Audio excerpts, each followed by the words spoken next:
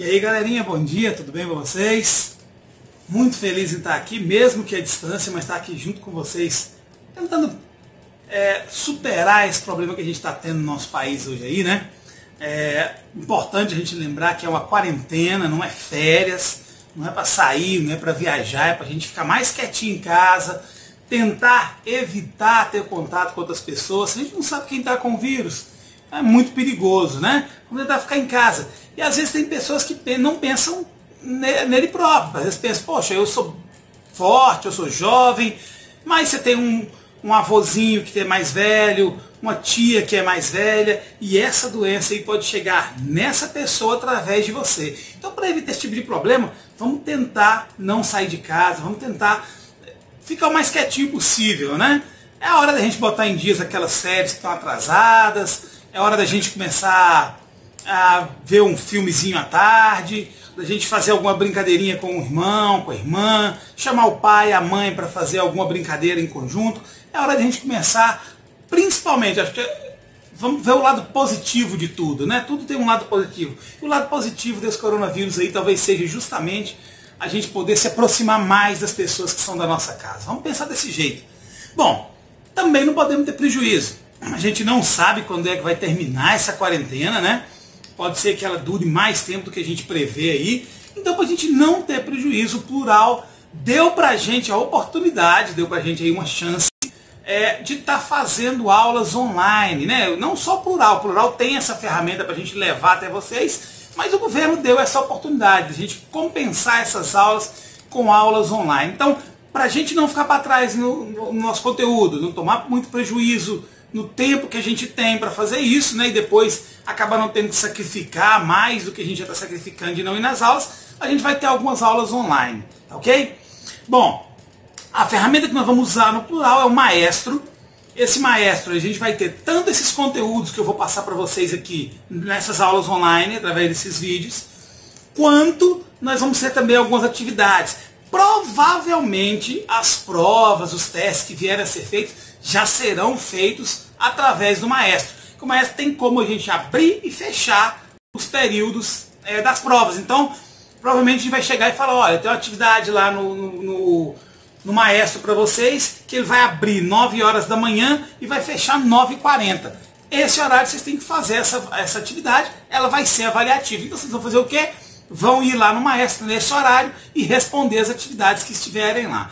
O Maestro dá a oportunidade não só de ter questões objetivas, como também questões dissertativas, que você vai ter que escrever alguma coisa lá. Então vai ser igualzinho uma prova mesmo, só que você vai poder fazer no conforto da sua casa, tá ok? Como é que a gente vai tentar fazer essas nossas aulas aqui então nesse período? Vamos tentar fazer uma aula explicando a matéria e uma aula depois corrigindo as atividades. Nessa aula que eu estiver explicando a matéria, eu já vou deixar para vocês quais são as atividades que eu quero que vocês façam do livro. Vocês vão ir lá no livro fazer e a gente faz uma outra aula fazendo a correção dessas atividades. A gente agora, por exemplo, já está entrando no módulo 7, mas tem uma atividade do módulo 6 para a gente corrigir. Então agora eu vou dar aula para vocês. Eu não tenho quais foram as questões que eu marquei com vocês do módulo 6, mas amanhã eu vou estar indo lá na escola, vou pegar esse material que eu tenho lá, o livro que eu tenho onde eu marquei, e aí a gente vai corrigir essas atividades, mais as que eu vou passar para vocês hoje, para vocês fazerem, tá ok? Uma coisinha que eu já vou deixar claro para vocês, como a gente está fazendo em casa aqui, não é na escola que eu estou, não estou no estúdio profissional, então pode Theo entrar correndo pela porta ali de uma hora para outra, pode Janaína dar um grito com o Theo lá na sala, pode Bruno me gritar chamando alguma coisa, pode alguém tocar o interfone, pode acontecer um monte de coisa. Então, a gente vai ter que se adaptar a isso aí, né? Fazer da nossa casa um estúdio improvisado. Então vai ser improvisado, mas vai ser legal, vocês vão gostar, tá beleza? Sobre o seminário, pessoal, a gente tem algumas pessoas na sala que não apresentaram o seminário ainda, tá bom? Esse pessoal que não apresentou o seminário, que não deu tempo de apresentar o seminário lá na sala, vai ter uma vantagem. Vai ter a vantagem de poder fazer isso em casa. O que eu quero que vocês façam? Eu quero que vocês filmem, igual eu estou fazendo aqui, eu quero que vocês façam a filmagem da apresentação de vocês. Vocês vão apresentar o seminário e me enviar pelo WhatsApp o vídeo. O que eu vou fazer? Eu vou avaliar esse seminário desses que ainda não apresentaram pelo vídeo que vocês vão estar me enviando. Ah, já sei que vai ter um monte de gente falando, ah, mas vai ser uma vantagem para essas pessoas, porque eles vão estar apresentando sozinho na casa deles, eles não vão estar com a pressão de uma sala cheia de aula. Gente, eu sei disso, mas agora é o jeito que a gente tem para terminar esse seminário. Se Deus quiser, a gente vai ter aí, né, logo, fim dessa quarentena, a gente faz um outro seminário nos próximos bimestres aí pra frente, certinho, com todo mundo na sala, vai ser uma beleza, todo mundo vai poder se superar, vencer esse nervosismo apresentando. Mas apresentar também na frente da câmera não é fácil, eu já vi isso, não estou muito confortável aqui, prefiro muito mais a sala de aula. Então essa galerinha que tem que apresentar, vai chegar lá, vai fazer a filmagem da parte que você tem e vai me mandar no WhatsApp falando, olha professor, a minha parte era página tal, esse conteúdo, e estou apresentando para o senhor aqui agora. Apresenta para mim, beleza, eu vou dar nota para vocês através disso daí, tá bom? Outra coisa, eu não sei quem é que falta ainda, porque eu não estou com a lista, eu estou gravando esse vídeo aqui no domingo. Eu provavelmente vou na escola segunda-feira, vou pegar o material que eu tenho lá, e vou ter esse material aqui em casa para estar avaliando certinho quem é que está faltando. Então eu não vou conseguir falar para vocês agora. Eu sei que tem gente que ainda não apresentou. E esse pessoal que ainda não apresentou vai ter que ser através do vídeo para a gente, tá bom? A gente vai falar um pouco mais sobre a Revolução Francesa. Antes da gente começar a falar sobre a Revolução Francesa, vamos falar sobre o que a gente viu no módulo anterior, no módulo 6, que falava sobre a pré-Revolução Francesa. O que aconteceu antes? O que antecedeu antes? Vamos dar uma revisadinha nisso daí. Primeira coisa, a França passava por uma crise econômica muito forte.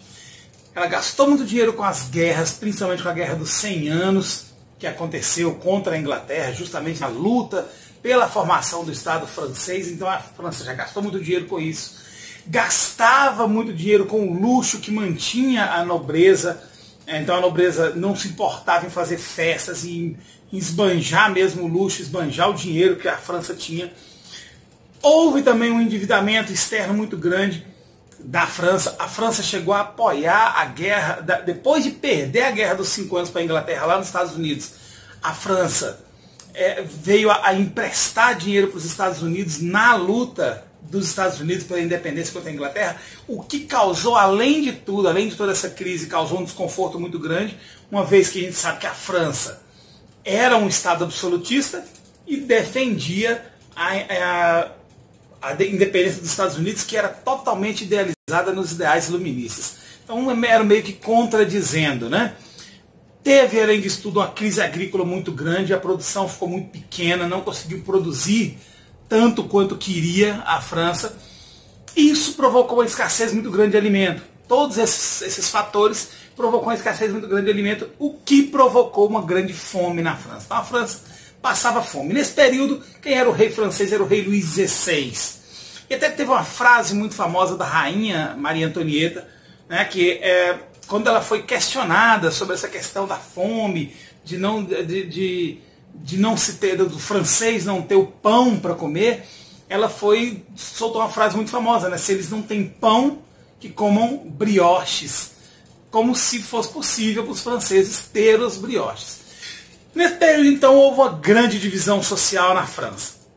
Ela se dividiu no primeiro estado, que era um estado que era formado pelo clero, num segundo estado, que era um estado formado pela nobreza. Esses dois estados, eles se apoiavam para manter-se no poder, para manter o absolutismo no poder, e tinha um terceiro estado, que ele era composto basicamente pela burguesia, pelos camponeses, pelos trabalhadores urbanos e pelo baixo clero. Basicamente, quem não era do alto clero e quem não era da nobreza era desse terceiro estado. E aí vem um detalhe importante, porque esse primeiro e o segundo estado juntos correspondiam a aproximadamente 3% da população, enquanto esse terceiro estado compunha em torno de 97% da população. E aí vem um outro fator mais grave ainda. Esse primeiro e segundo estados, eles não recolhiam impostos, não pagavam impostos. Todos os impostos que tinham na França eram cobrados desse terceiro estado, que além de trabalhar muito para manter essa nobreza, esse clero no poder, esbanjando luxo, eles acabavam tendo também, não tendo esse direito de não ter os impostos. Então, além de manter, eles ainda tinham impostos muito caros a serem pagos. O que era o mais grave para esse terceiro estado? Não era nem essa questão toda, porque na verdade isso era decorrente deles não terem poder político, então eles não tinham voz política dentro da França. E por não ter essa voz política, acabavam sofrendo com impostos e com essa fome que assolava a população. Bom, vamos começar então a falar da Revolução. Quem é que tinha interesse nessa Revolução? Três grupos, né? Os camponeses, os trabalhadores urbanos e a burguesia tinham interesse numa revolução, na mudança de ares na França. Os camponeses, porque queriam ter acesso à terra e o fim da servidão, do qual eles eram submetidos desde a Idade Média. A gente vai ter os trabalhadores urbanos querendo melhores condições de trabalho, né? A França já estava se industrializando e esses trabalhadores não tinham nenhum tipo de direito trabalhista. Ali, não é nem a questão de não ter direitos trabalhistas, eles trabalhavam além do que era suportado por ser humano. Então, eles queriam condições melhores de trabalho e condições melhores de vida também nas cidades grandes. E a burguesia queria mais poder político. Ela mantinha a França. Nesse momento aí a gente ia ter uma burguesia que estava se enricando, estava ganhando muito dinheiro e que não era reconhecida pelos nobres. Então não interessava muito quanto dinheiro eles tinham. Não vai ter poder político, não vai ter influência nenhuma. Você pode ter o tanto de dinheiro que você quiser, que você nunca vai ter o prestígio que o nobre tem. Então era isso que eles queriam. E todos eles juntos queriam a mesma coisa. Queriam o fim do absolutismo. E principalmente a igualdade legal. Todo mundo responder igual. Porque nessa época o rei não precisava chegar aqui e falar que você estava errado para te prender. Ele prendia quem ele queria, do jeito que ele queria, punia da forma que ele queria. Então, esse terceiro estado em si, ele queria o fim desse absolutismo e queria principalmente a igualdade de leis, as leis iguais para todos dentro da França. Esse processo ele aconteceria lentamente, ele não surgiu de uma hora para outra. Havia essa proposta de reforma, principalmente a reforma tributária, onde se brigava ali para diminuir impostos. Essa briga já era constante, porque existia lá um parlamento francês, mas ele não tinha voz ativa, porque quem mandava nele era o primeiro e segundo estado. Os votos, quando se reunia esse parlamento, era dividido em um voto para o primeiro estado, um voto para o segundo estado e um voto para o terceiro estado, sendo que o segundo e o primeiro estado queriam a mesma coisa. Então esse terceiro estado nunca tinha sua voz ouvida. Então foi mandado várias vezes propostas dessa reforma tributária e o rei decidiu, vamos fazer uma graça para o povo e vamos convocar os estados gerais. O que era a convocação dos estados gerais? Era chamar os deputados representantes dos 3 estados e discutir. O rei não se importou muito em chamar, porque ele sabia que esse terceiro estado não iria ter as reivindicações dele solicitadas, uma vez que eram 2 votos contra 1, então sempre iria perder. O que esse terceiro estado queria? Ele queria que os votos fossem por pessoa, que aí sim eles teriam 97% da população, ou seja, uma quantidade muito maior de deputados para poder votar. Bom, não sendo respeitado a solicitação, principalmente de se ter uma nova Constituição, que era o que se queria, fazer uma nova Constituição onde o poder do rei fosse limitado, não tendo essa condição, eles saíram da reunião dos 3 estados, esse terceiro estado saiu dali, se reuniu numa sala do lado, né? Uma sala onde se tinha um jogo similar ao tênis, né? Era um tênis que jogava dentro do salão. Então eles se reuniram nesse salão e lá dentro eles decidiram fazer uma assembleia, declararam, né, uma Assembleia Nacional Constituinte. E nessa Assembleia eles falaram que enquanto a nova Constituição não fosse feita, eles não deixariam esse salão. Bom, enquanto esse terceiro estado estava lá, os deputados lá discutindo para conseguir manter, né, o poder, tirar o poder das mãos do rei e ter essa nova Constituição, o povo na rua estava lutando por esse direito. Então, foi um processo aí de uma semana, 2 semanas de baderna nas ruas. A gente tem que imaginar a rua pegando fogo, latão de lixo cheio de fogo dentro, o povo quebrando tudo, quebrando vitrine, fazendo uma ruaça na rua. Quando é que terminou isso? Esse processo, não vamos nem falar de terminou, porque isso vai demorar para terminar. Mesmo depois da Revolução, ainda vai ter gente resistente a essa Revolução Francesa. Mas foi considerado o dia da Revolução Francesa, o dia 14 de julho de 1789.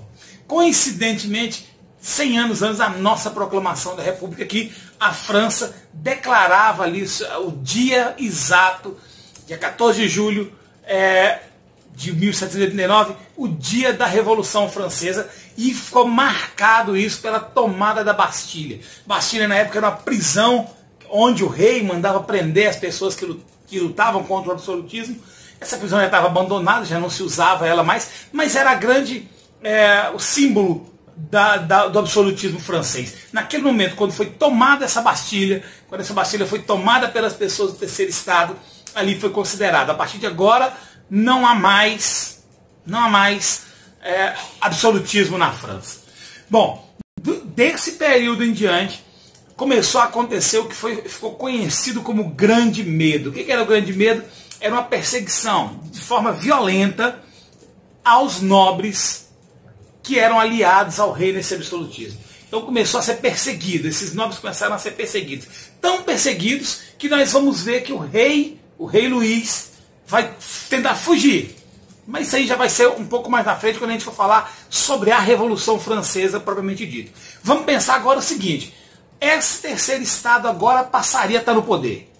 Ele iria estar no poder. Mas mesmo ele estando no poder, a gente tem que pensar que ele não era homogêneo, não era todo mundo querendo a mesma coisa, não. Dentro desse terceiro estado havia uma divisão também. Essa divisão era dividida entre girondinos.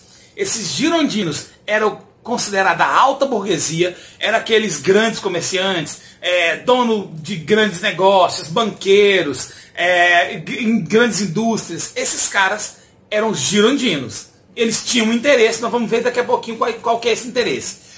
Os outros, o restante, eram os jacobinos, que era considerado a classe mais popular da França. Ou seja, era aquela pequena burguesia, aqueles caras que tinham ali, eram profissionais liberais, trabalhadores de classe média, que estavam mais ligados àquele campesinato, aos trabalhadores, à classe mais pobre. Então, jacobinos, alta burguesia, os caras tinham mais dinheiro; girondinos, pequena burguesia, mais ligados às classes sociais. Automaticamente essa pequena burguesia vai ser considerada mais radical, e os girondinos, a alta burguesia, vai ser considerada um pouco mais moderada.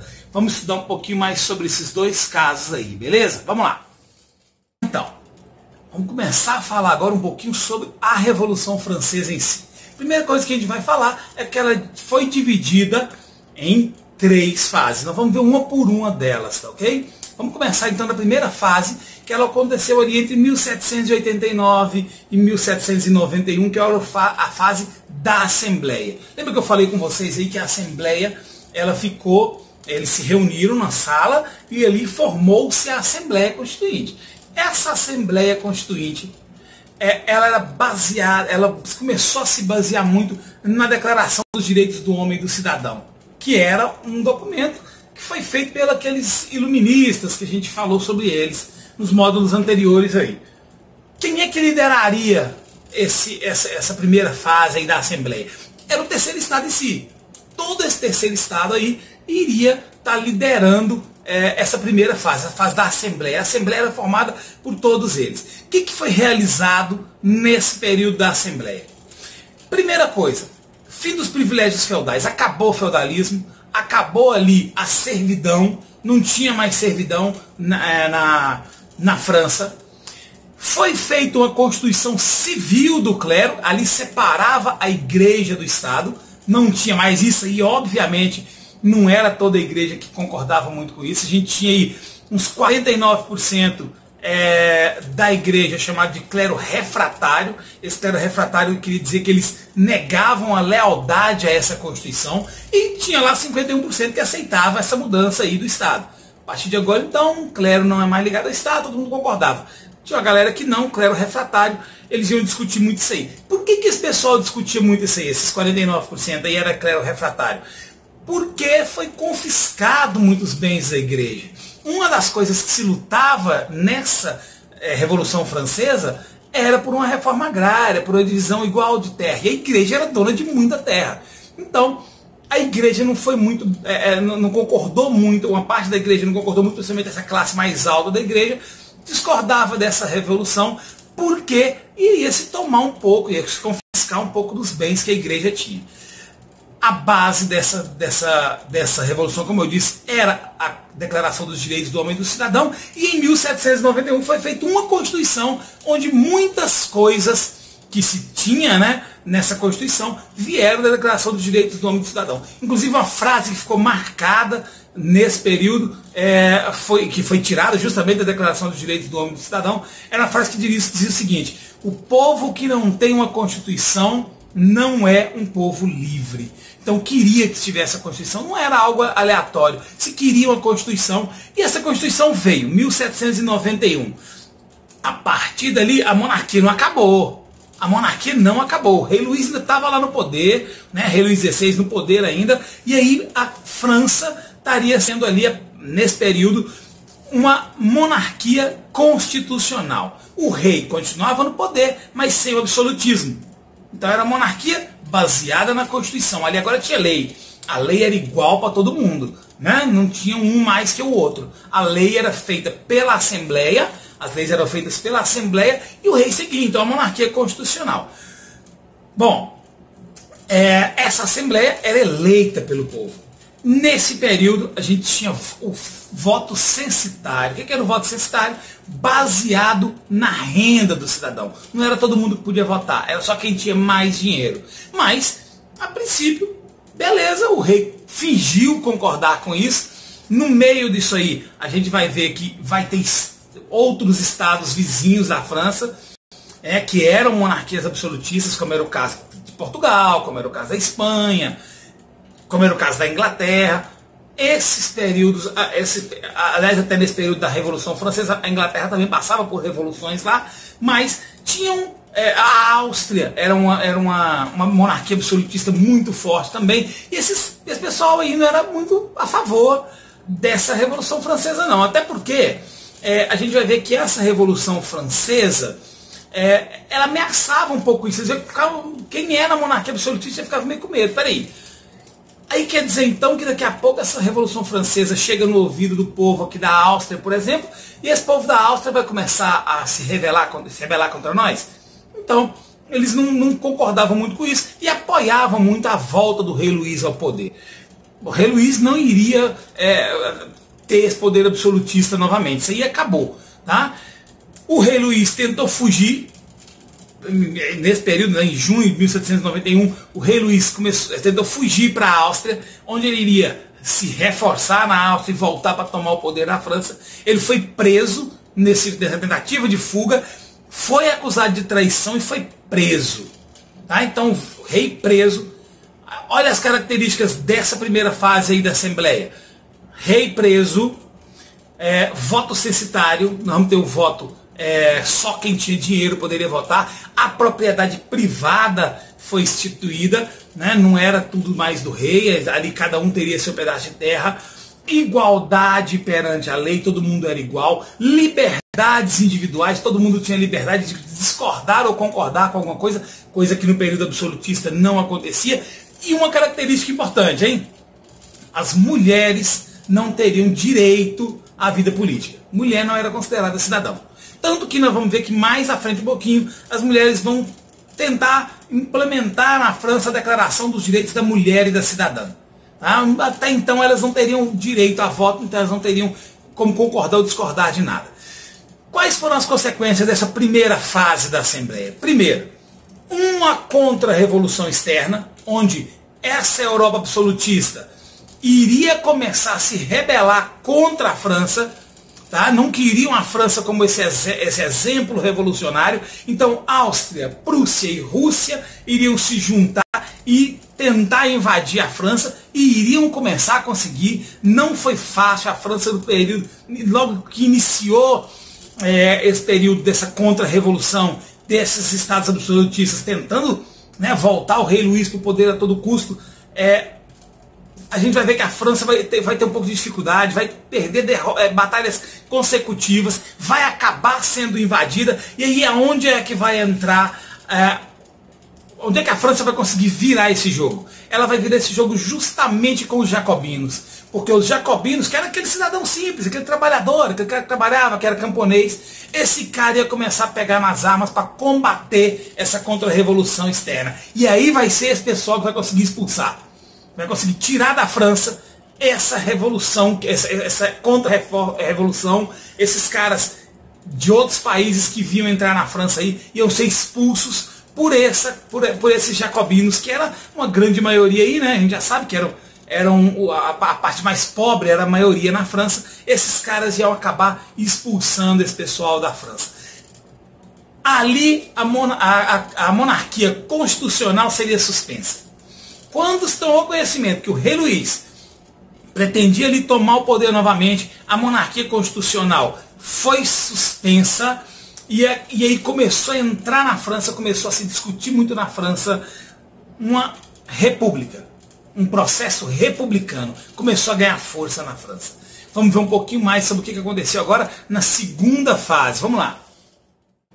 Agora nessa segunda fase da Revolução Francesa, ela pegou ali o período de 1792 a 1794 e ela vai ser conhecida. Se a primeira fase foi conhecida como a fase da Assembleia, agora nós vamos ter a segunda fase, a fase da Convenção. Quem é que vai liderar nessa segunda fase, essa fase da Convenção? Nós vamos ter liderando essa nova fase os jacobinos, que ganharam muita força. Por que esses jacobinos ganharam força? Cara, foi esses caras que expulsaram quem estava entrando aqui, tentando trazer a monarquia absolutista novamente. Eles vão ganhar muita força. Então, esses jacobinos entram no poder agora, eles assumem o poder. Lembra que eu falei que estava dividido, né? Terceiro estado. Se a primeira fase foi o terceiro estado todo administrando, essa agora vai ser aquela divisão do terceiro estado. Girondinos, jacobinos. Os jacobinos vão tomar o poder, aquela classe mais baixa, né? A burguesia mais baixa, a pequena burguesia, e a classe mais popular da França. Trabalhadores, camponeses, esse pessoal aí é quem vai estar tomando frente nessa segunda fase da Revolução. Por que fase da Convenção? Porque foi feita outra Assembleia. Aquela Constituição que tinha sido feita, vamos esquecer, vamos rasgar ela agora e vamos começar uma nova. E essa nova Assembleia ia ser chamada de Convenção. Por isso, fase da Convenção. Primeira coisa que mudou, o voto agora era universal. Porque antes, a primeira fase lá, os jacobinos tinham uma força maior, então era quem discutia mais, colocou o voto censitário. Agora não, agora quem estava no poder eram os jacobinos. Então, eles queriam todo mundo votando igual. Então, segunda fase aí, voto universal. As mulheres continuavam não votando, continuavam não tendo direitos políticos aí as mulheres, tá bom? Liderança dos jacobinos. Nós vamos ver que os girondinos e jacobinos vão disputar muito poder ali, eles vão estar muito brigando pelo poder, mas agora os jacobinos vão estar mais no poder. A alta burguesia queria, né, os girondinos, que era a alta burguesia, queria consolidar as conquistas que eles tinham feito, né, de terem grandes posses, de terem grandes indústrias. A pequena burguesia queria estender esses direitos para as classes populares. Todo mundo, vamos ter direitos iguais. Na Convenção, aí vem um detalhe importante, ó, vamos linkar isso aí com o que acontece hoje na nossa política. Na Convenção, ficava sentado do lado direito da Convenção os girondinos, e do lado esquerdo se sentavam os jacobinos, ficavam um de frente para o outro. Por que isso acontecia? O que tem a ver com hoje? Tem a ver justamente essa ideia de direita e esquerda que a gente tem na política hoje. Direita, né? Quando a gente fala sobre direita, a gente vai ver que representa mais essa classe, os direitos de capitalismo mesmo, direitos de adquirir grandes posses. A política defende muito esse lado. Já a esquerda defende mais classes populares, pessoal mais pobre, projetos sociais. Vem daí, dessa Revolução Francesa, onde os girondinos, que eram os burgueses mais ricos, era a direita, e a esquerda era a classe mais pobre, que eram os jacobinos. Bom, nessa época uma figura importante vai aparecer. O nome desse cara era Maximilien Robespierre. Vamos falar só Robespierre. Esse cara era o líder dos jacobinos, tá?